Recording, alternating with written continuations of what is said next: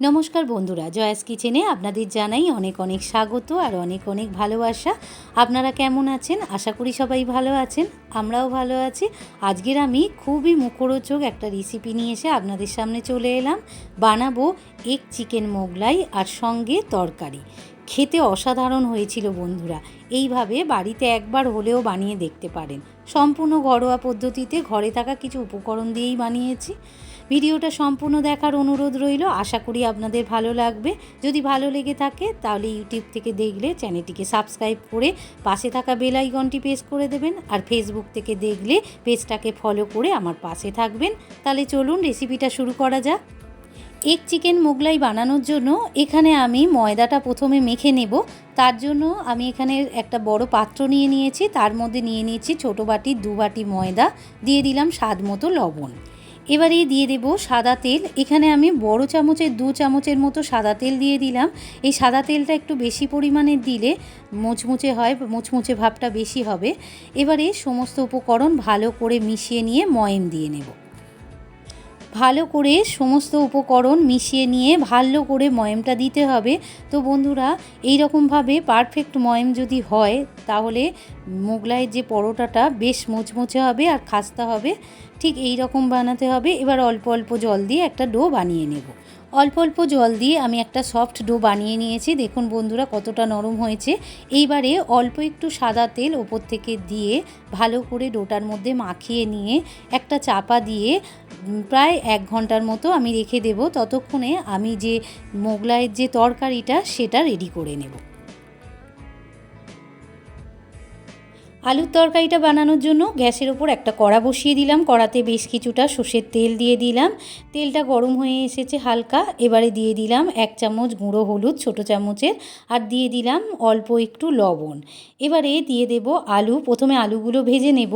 এখানে আমি দুটো বড় সাইজের আলু এরকম বড় বড় ডুমো ডুমো করে কেটে ভালো করে পরিষ্কার করে ধুয়ে জল ঝরিয়ে নিয়েছি।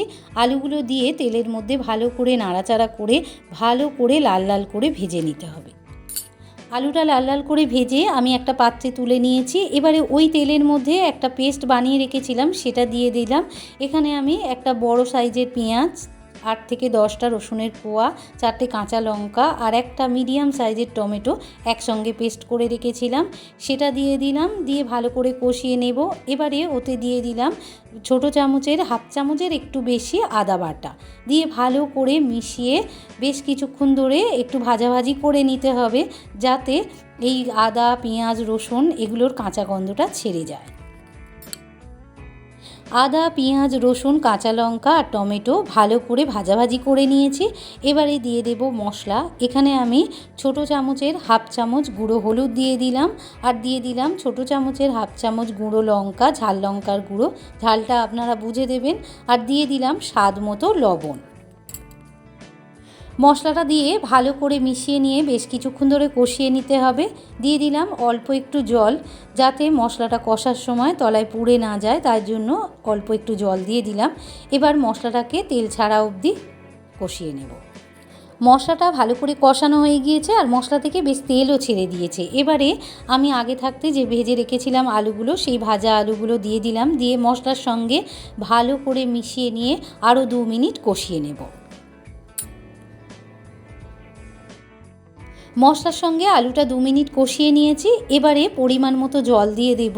এই যত সুন্দর করে কষাবেন ততই তরকারিটা খেতে ভালো হবে। পরিমাণ মতো জল দিয়ে ভালো করে নাড়াচাড়া করে নিলাম। এবারে একটা চাপা দিয়ে আলুগুলো সেদ্ধ না হওয়া পর্যন্ত ফুটিয়ে নেব। জলটা দিয়ে ভালো করে ফুটিয়ে নিয়েছি, একদম শুকনো শুকনো করে নিয়েছি। তো বন্ধুরা, এই চিকেন মোগলাইয়ের যে তরকারিটা এটা একটু শুকনো শুকনোই ভালো লাগে। এবারে আমি একটা পাত্রে নামিয়ে নেব। এবারে চিকেনের পুরটা বানিয়ে নেব। তার জন্য কড়াটা পরিষ্কার করে ধুয়ে মুছে আবার গ্যাসের উপর বসিয়ে দিলাম।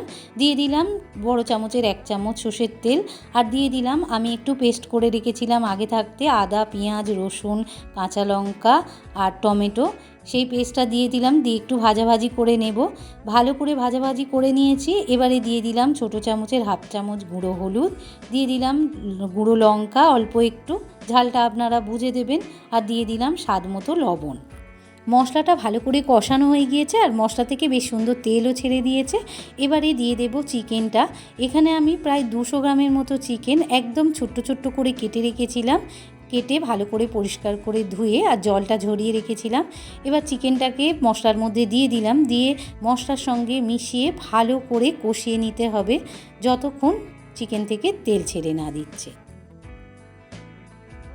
চিকেনটা ভালো করে কষানো হয়ে গিয়েছে। এবারে দিয়ে দেব ব্রেড ক্রাম্ব। এখানে বড় চামচের 3 চামচের মতো আমি ব্রেড ক্রাম্ব দিয়ে দিলাম, দিয়ে ভালো করে মাংসের সঙ্গে মিশিয়ে নিয়ে বেশ কিছুক্ষণ ধরে ভাজাভাজি করে নেব। এবারে আমি যে ময়দাটা মেখে রেখেছিলাম সেখান থেকেই আমি 3টে লেচি আমি করে নিলাম। যেহেতু 3টে মোগলাই করব তাই 3টে লেচি কেটে নিয়েছি। এখানে একটা লেচি নিয়ে একটা বড় সাইজের রুটি আমি বেলে নিয়েছি, একটু পাতলা করেই বেলেছি। এবারে একটা বাটিতে আমি একটা ডিম ফাটিয়ে নিয়েছি, দিয়ে ডিমের মধ্যে দিয়ে দিলাম অল্প একটু লবণ আর দিয়ে দেব কুচনো পেঁয়াজ, অল্প একটু কুচনো পেঁয়াজ দিয়ে দিলাম। পেঁয়াজ আর ডিমটাকে ভালো করে ফেটিয়ে নিয়েছি। এবারে দিয়ে দিলাম ব্রেড ক্রাম্ব। চিকেন কষার সঙ্গে যে ব্রেড ক্রাম্বটা আমি ভাজাভাজি করে নিয়েছিলাম, একসঙ্গে করে রেখেছিলাম, সেটাই দিয়ে দিলাম বড় চামচের 2 চামচ। সমস্ত উপকরণ বাটির মধ্যে ভালো করে মিশিয়ে নিয়েছি চামচের সাহায্যে। আর এখানে আমি একটু কাঁচা লঙ্কা কুচি আর অল্প একটু গোলমরিচ দিয়ে দিয়েছিলাম বন্ধুরা, সেটা আর আপনাদের দেখানো হয়নি। এবারে ভালো করে চামচের সাহায্যে রুটির মধ্যে দিয়ে দিলাম, দিয়ে ভালো করে একটু ছড়িয়ে নেব, ঠিক এই রকমভাবে ছড়িয়ে নেব।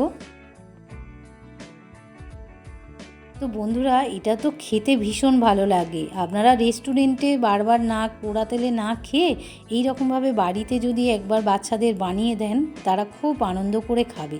বাচ্চারা কেন, বড়রাও খুব ভালো করে খাবে। এবারে ভাঁজটা দেখে নিন বন্ধুরা, ঠিক এই রকমভাবে ভাঁজ করে নিয়েছি।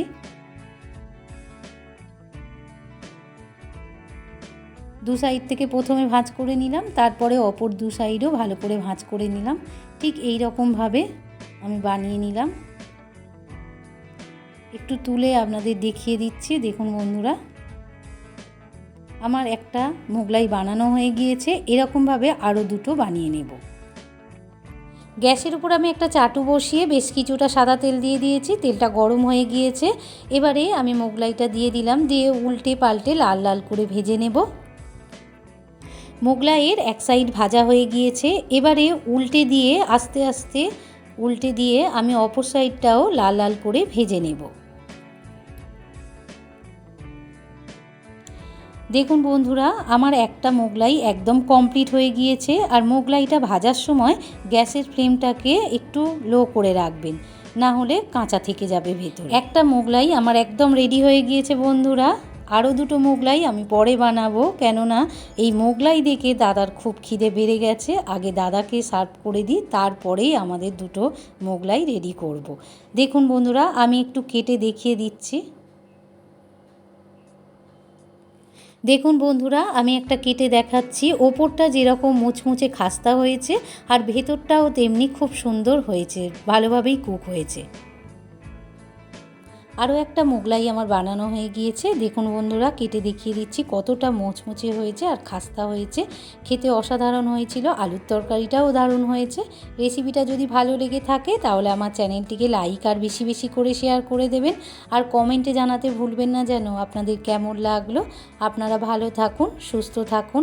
আবার দেখা হবে অন্য কোনো একটা রেসিপি নিয়ে। আজ এই পর্যন্ত, ধন্যবাদ।